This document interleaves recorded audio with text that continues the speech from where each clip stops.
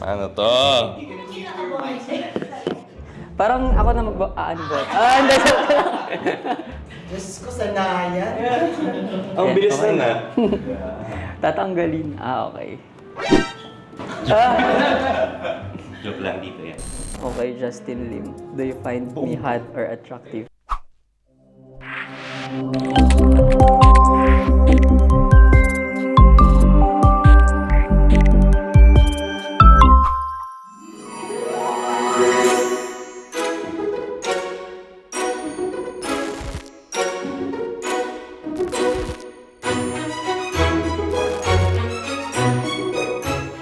Hello everyone, I am Elijan Soto from the watershed haven of the North Nueva Vizcaya. Ikaw, taga saan ka?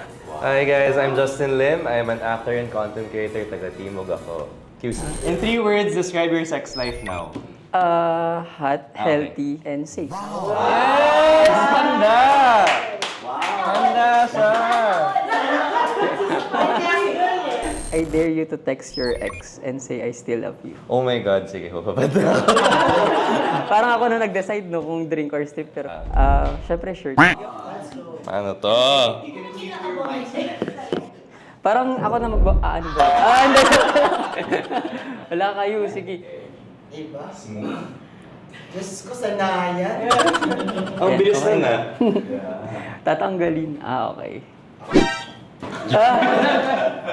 Joke lang dito yan. I dare you to remove 1 item of clothing for 3 rounds. Bottoms.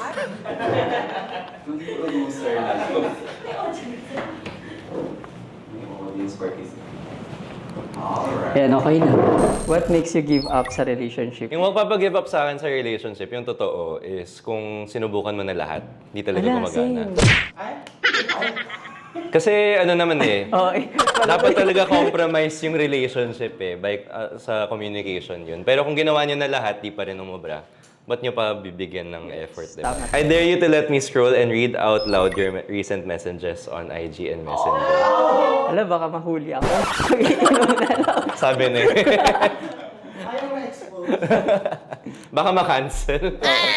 Totoo. Mamaya makita mo yung mga clients. At magkano? Uy, bakit ang taas? Sige, okay lang. Ikaw lang yung umiinom sa atin. Ano? Reason for your last breakup. Let's just say, pinagpili ako ng pamilya or siya. May requirements kasi yung pamilya. So yun, family talaga yung pinili ko.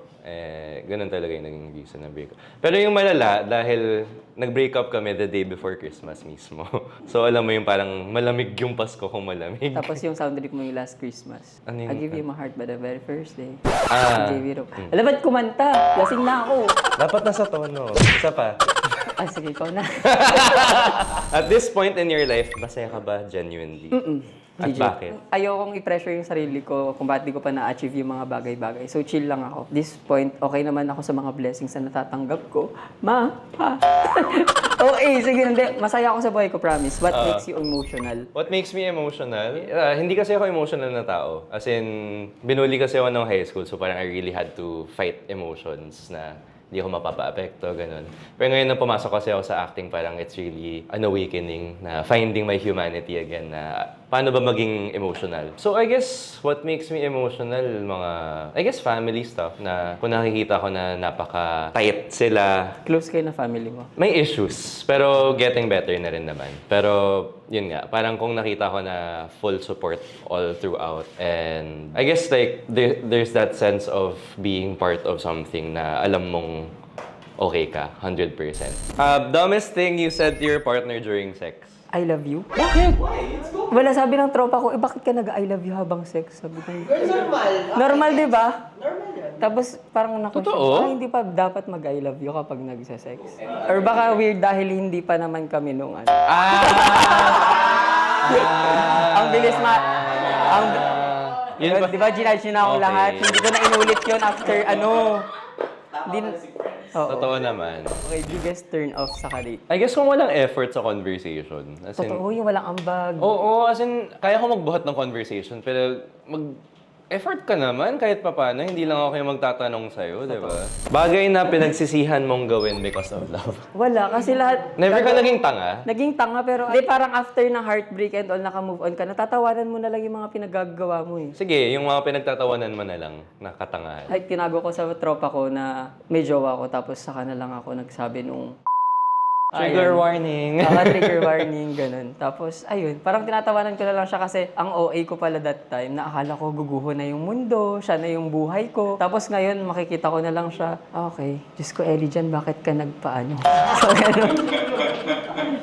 What is your fetish? Mahilig ako sa power play. Katulad lang. Tulad ng, kasi dominant akong tao. Okay. Pero ayoko yung nagpapa-overpower lang. Gusto ko yung lumalaban. Gusto ko naman ng submissive. So maglalabanan. Ano? Gusto mo Later. submissive. Oo. Your thoughts on cancel culture? Sa akin, okay lang naman mag-cancel if valid kasi meron naman tayong natutunan pag na-cancel tayo. Pero at the same time, hindi dapat lahat ginagawang issue. Like, yung pagiging woke ng mga Gen Z ngayon katulad natin na maliliit na bagay before, pero ngayon pag tinakil na nila, napaka-big issue na agad. Parang ganun. So kung maka-cancel ka ba? Kung maka-cancel ako, siguro naging totoo ako. Parang hindi ko finilter masyado yung sarili ko. Siguro, ganun. Okay, Justin Lim. Do you find me hot or attractive? Personally, hindi ko type, pero yes.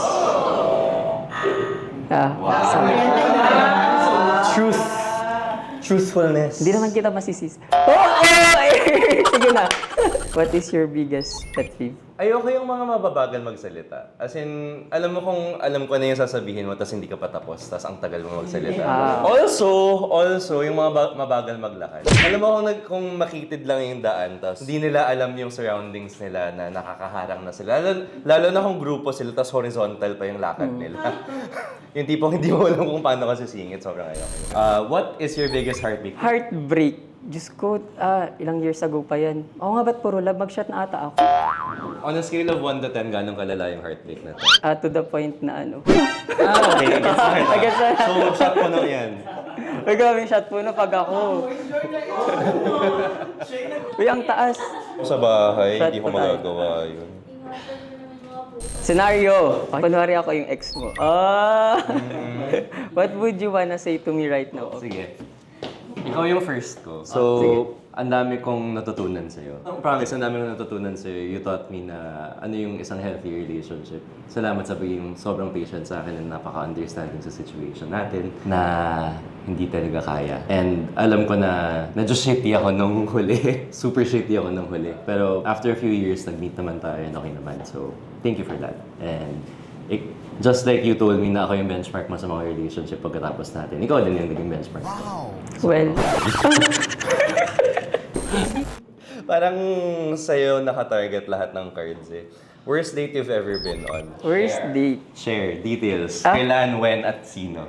Ano siguro yung nasa Cebu ako. Tapos may minute ako doon. Wait lang. Bakit parang dapat gets ko pero hindi ko gets? Tapos, wala, ano ba yun nung nag-meet na kami mayaman pala, ganito, ganyan. Tapos, ang late ko na nga, late pa ako lalo, parang ganyan. Afam ba to? Hindi, grabe, hindi ako mahilig sa AFAM, gusto ko Asian. Ba't ka kinilig? Akala ko pa may next ka Hindi na. natawa na ako. Tapos, ayun. Tapos, yun lang. Hindi naman Bakit siya masyado. naging worst date? Kasi nga, walang connection, mayaman, tapos ako nasa laylayan. Ang OA!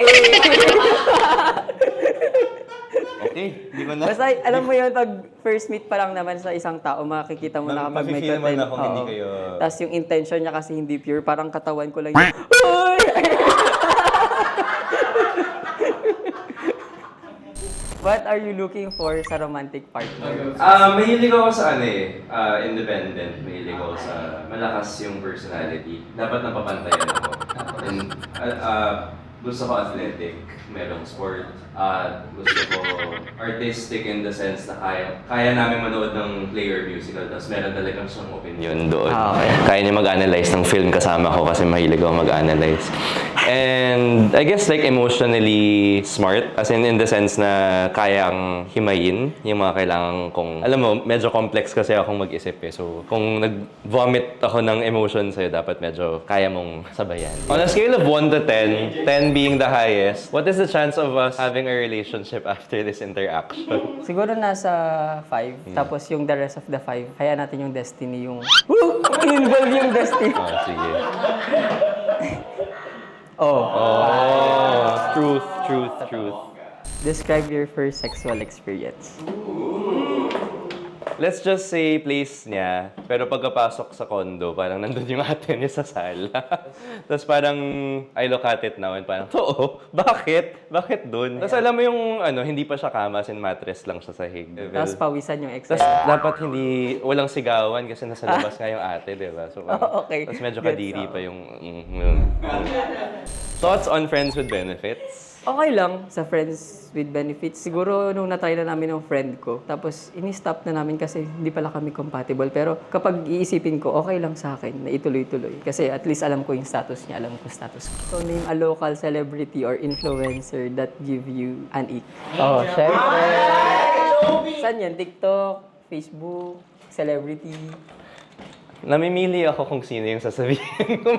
Medyo kasi. Ang hirap kasi magkalaban sa ano. One night stand experience or do you see yourself having one? One night stand, di ba uso yan? Pag bata ka nag-explore, ganun. Yun, yung mga sa inuman lang, tapos konting kalabit. Ganyan. One night stand. Oh. A negative comment na nakuha mo sa mga content mo na dinidibdib mo. Wala na. Okay. Wala na, okay Wala na ka sa nang akin. dinidibdib. Like, pag question yung sexuality ko and all, tapos kung dina-downgrade ako, hindi naman nila ako kilala personally. Basta ang alam ko, okay ako sa mga content ko and okay yung family ko din. Who cares? What is one thing you regret? Hindi ko binigay, pinahiram ko sa sakyan ko. 2 weeks pa lang kami nagde-date. Hindi siya ex, pero ex something. Explain. I dare you to tell the cringiest content you saw online. Cringiest content siguro, kapag sumasaw-saw dun sa mga issue kahit di ka naman involved. So ayoko na mga ganun. Yung mga mema. Oo, kahit di naman sila involved sa issue. Today was fun. Nakainom ako more than I should have and most of it voluntary. Hindi ko alam ba't ako uminom today, honestly. Pero very fun and I'm really excited to see this online. Okay sa akin naman, masaya naman siya. Like, stranger ka, stranger ako. So, sabi nga nila, the best people na pwede kang makapag-share is stranger. So, okay lang. Ayun lang guys, bye-bye, love you. Mwah. Nag-ending! Vlog niya guys! Vlog pala niya to.